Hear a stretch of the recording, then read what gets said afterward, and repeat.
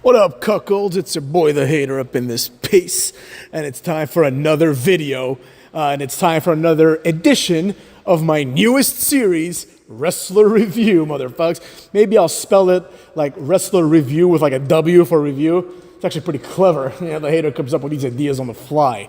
But today's subject matter is going to be none other than Cucky Rhodes. You know, I'm going to get through the more important wrestlers, and then I'm going to do a mix of legends and irrelevant wrestlers. So, look forward to, Wrestler Review Axiom. You know what I'm saying? But anyways, let's get to it. First, Cucky Rhodes. All right? Let's go through his whole career and do essentially a career retrospective for this guy, right? So he starts out as a 19-year-old, and there's nothing there, right? He doesn't stand out. He's just a guy with black tights. Nobody cares at all. He has a DDT finisher. Nobody's impressed. Nobody gives a shit. But then they tell us that he's the son of Dusty Rhodes. So automatically, we know that he's going to get a push. He's also 19, so we know that this is obviously a long-term play. But as we're going to soon explore, that didn't work out, right? They put him in a tag team with Hardcore Holly, right? It's your typical mentor-mentee tag team. It's no different than Eugene and Al Snow, right? Maven and Al Snow. Or Eugene and William Regal, right? Just basically they get like a jobber who's like a veteran, and they're like, oh, you're not doing anything. Why don't you just go into this storyline and do nothing there, right? That's what Hardcore Holly's role was in this storyline, if you will. Now, one thing that I will say is that this storyline actually paid off pretty well. The payoff, as many of you probably know, was that eventually Ted DiBiase Jr. Debuts, and he basically starts to go after Cody Rhodes, right? And he's like, you should be my partner or whatever, basically, right? Those are the underpinnings. But what he's actually saying is like, me and my partner are going to beat you and your partner. So, automatically, I realized, and I think most people realized that obviously what was going to happen was Cucky and Ted DiBiase Jr. were going to be the tag team, right? That makes more sense. Hardcore Holly's a jobber. Nobody cares. So that's what they did. Now, with all that being said, this tag team still felt like a jobber tag team, right? They felt kind of like, I would say, how Johnny Gargano and Tommaso Ciampa feel today. Not a threat, not exciting, and not going to be on TV very much. But they did become the tag team champions, kind of, right? I mean, Ted DiBiase didn't really become a tag team champion, but he was a tag team champion. And automatically, I don't care what anyone says, I know there's a lot of revisionist history, but everybody knows that Ted DiBiase was supposed to be the star of this tag team. Now, that's not a slight against Cody Rhodes. In fact, that's actually a huge compliment. Sometimes, the Marty Jannetty becomes the Shawn Michaels. This is one of the best examples of that. Another great example is the Cowboy James Storm, who everyone thought was going to get lost in the shuffle when Chris Harris was going to get his push.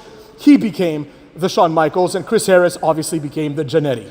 Now, that being said, this tag team is still a jobber tag team. So what do? Well, they put them with Randy Orton, right? And now their entire premise is that they're legacy wrestlers, right? They have people in their families that have wrestled before. And therefore, their name is Legacy. You know what I'm saying? Pretty good name, pretty good theme, and pretty good structure. Randy Orton at this point was about to hit his peak in terms of bald Randy Orton, where he's starting to go after Triple H and stuff, and he's really a main eventer finally. So these guys served as good little henchmen for him. Now, with all that being said, we got to fast forward through this, but there is something of note that Cody Rhodes did, and that is he was in, I think it was a main event in Hell in a Cell or something. It was him and DiBiase versus DX, and they won. I think they beat DX clean. I could be wrong about it being clean, but I think they beat DX, which is huge, right? But it still didn't feel like it was a big deal. It felt like remember when Hurricane beat The Rock? It felt like that. Where you're like, okay, Hurricane beat The Rock, but under no circumstance does this mean that Hurricane is now above the card on The Rock or even close to The Rock. These things happen. Shelton Benjamin beat Triple H. Nobody thought that tomorrow Shelton Benjamin is going to be the world champion. And that's exactly what happened with these guys. Ultimately, Legacy was a complete bust because they added other people. First, they added some guy called Manu. He's one of the Anoa'i family.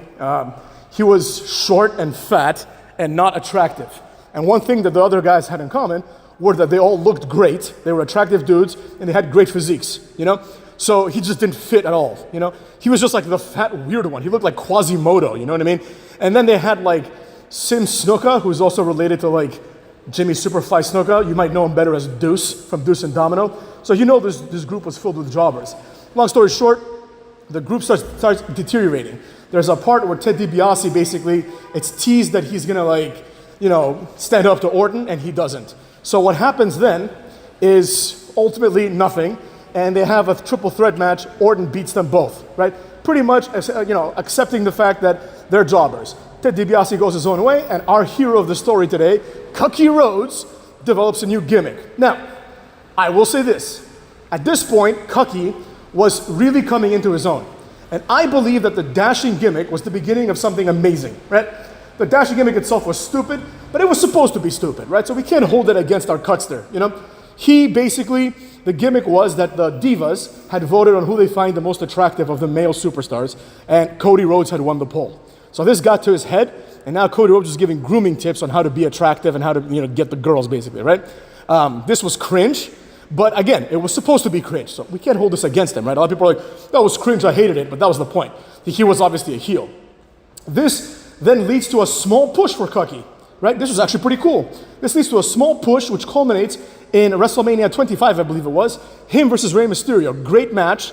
And honestly, if I'm being 100% honest, Cucky Rhodes deserved this match, and this was, in my opinion, the match of WrestleMania. It was the match that I was the most looking forward to, right? I was in Europe that day, that month basically, and I really made sure to try to watch at least this match. And I was able to watch it, and the main event, thank God, right? But this match was great, and this pretty much led to a story where Rey Mysterio essentially injures Cody Rhodes, right? Before the match. He injures him, and by doing the 619 with like a knee brace to Cody Rhodes' face. This leads to an emotional and psychological breakdown of Cody Rhodes, where he now thinks that he's been scarred and that his beauty is gone. So he starts wearing a mask, which does absolutely nothing, right? But that's the point, it's all psychological. And he develops this like Phantom of the Opera-esque gimmick, which was awesome. This was great because finally, the vanilla generic jobber Cucky Rhodes was getting a push. And in this time is when Cucky eventually overcame Ted DiBiase and made him his lackey, right? Nothing ultimately came of this except for a few meaningless Intercontinental title runs, but eventually this led to nothing, as usual, right?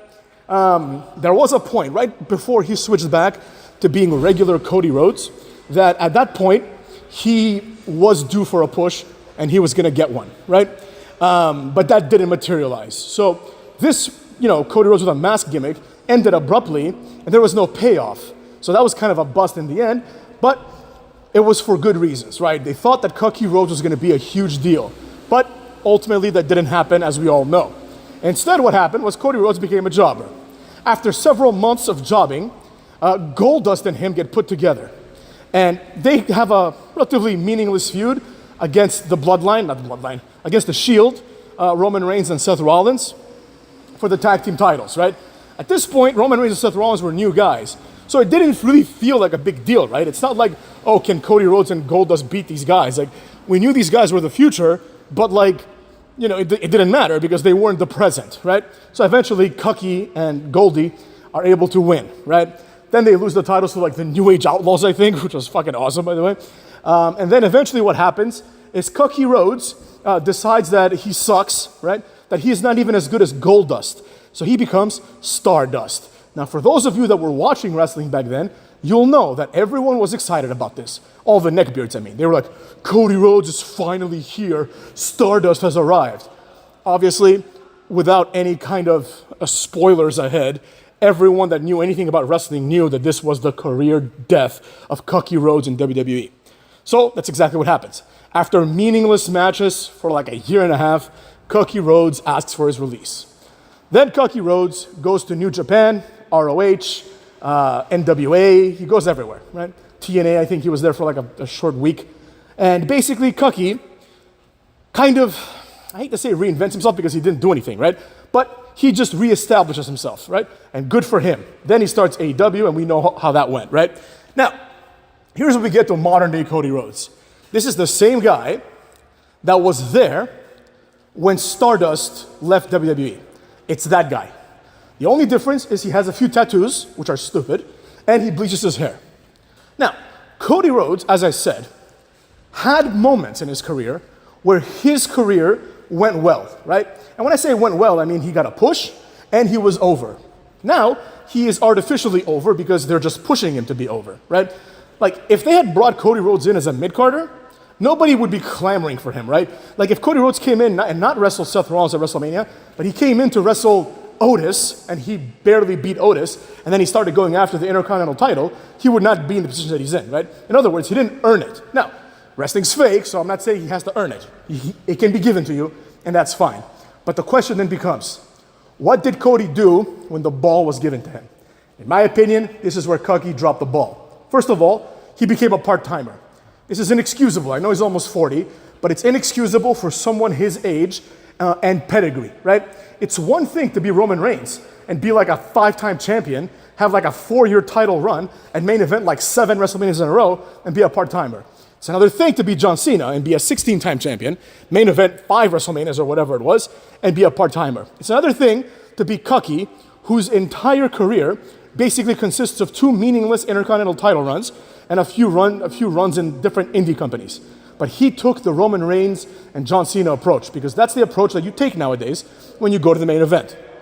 However, this fundamentally led to, in my opinion, a decline in the Cody Rhodes character. I cannot explain to you how much I would actually like Cody Rhodes if he came in and essentially worked his way to the top kayfabe-wise, right? Meaning, if he was there wrestling every week, I'd give him some props, right? A great example would be someone like Damian Priest. I will give him some props, even though he's a horrible champion and he shouldn't be champion. He's trying his best, right? And the character is trying his best, right? He's trying to be someone that doesn't cheat in matches, etc., etc. Cucky Rhodes, on the other hand, is just another John Cena. And the problem is, there's nothing that separates him from John Cena except for about 15 world titles and about 5 or 4 WrestleMania main events. Now, as a consequence of him coming back, he won 2 Rumbles in a row and main evented 2 WrestleManias in a row. Both of which, in my opinion, shouldn't have happened. The first one he lost miserably, which was pretty great. That was actually good. Like, if, for example, like I said back then, if Cody Rhodes had lost the first match to Roman Reigns, and then the next night on Raw, he came out and he did the Cody Rhodes Open Challenge. Anyone wants to wrestle Cody who just made event at WrestleMania? They can. Then they should put him in there with like Tony Nese or someone of that caliber. I know he's in AEW, but you know what I mean. Someone of the Tony Nese caliber. Bring in Nathan Frazier, right? You have a match, it's a competitive match. Cucky can win the match, shake hands with Nathan Frazier. And then he can do this for a year and work his way to the Royal Rumble. Instead, what he did, basically, was he lost. He did nothing. I don't remember anything he did. He had like a match with Dominic. He won the tag team titles with Jey Uso. Complete waste of time. And then ultimately, it was time for the Rumble again, and he won the Rumble again. So he really dropped the ball. And as a result of that, I now have to balance all of the different iterations of Cody Rhodes and find an average. I will give the Phantom of the Opera Cody a rare 10 out of 10. Because the Phantom of the Opera Cody was a great character, and considering Cody's positionality within the card, he did everything he could to get that over. He was helped by people like Rey Mysterio, but it was a perfect mid-card gimmick for a perfect mid-carder. Now, I'm not going to hold against him the beginning of his career with Hardcore Holly. He has no say. He's 19. I'm going to count that as a neutral. The legacy stuff, I have to give him a solid 8 out of 10. He stood out, and more importantly, like unlike Ted DiBiase, who gets a 4 out of 10, he overcame Ted DiBiase. Like if Ted DiBiase became what Cody Rhodes became, he wouldn't get an 8 out of 10 for his legacy run. He'd get like a 6.5, 7 out of 10, because he was the one that was supposed to do this.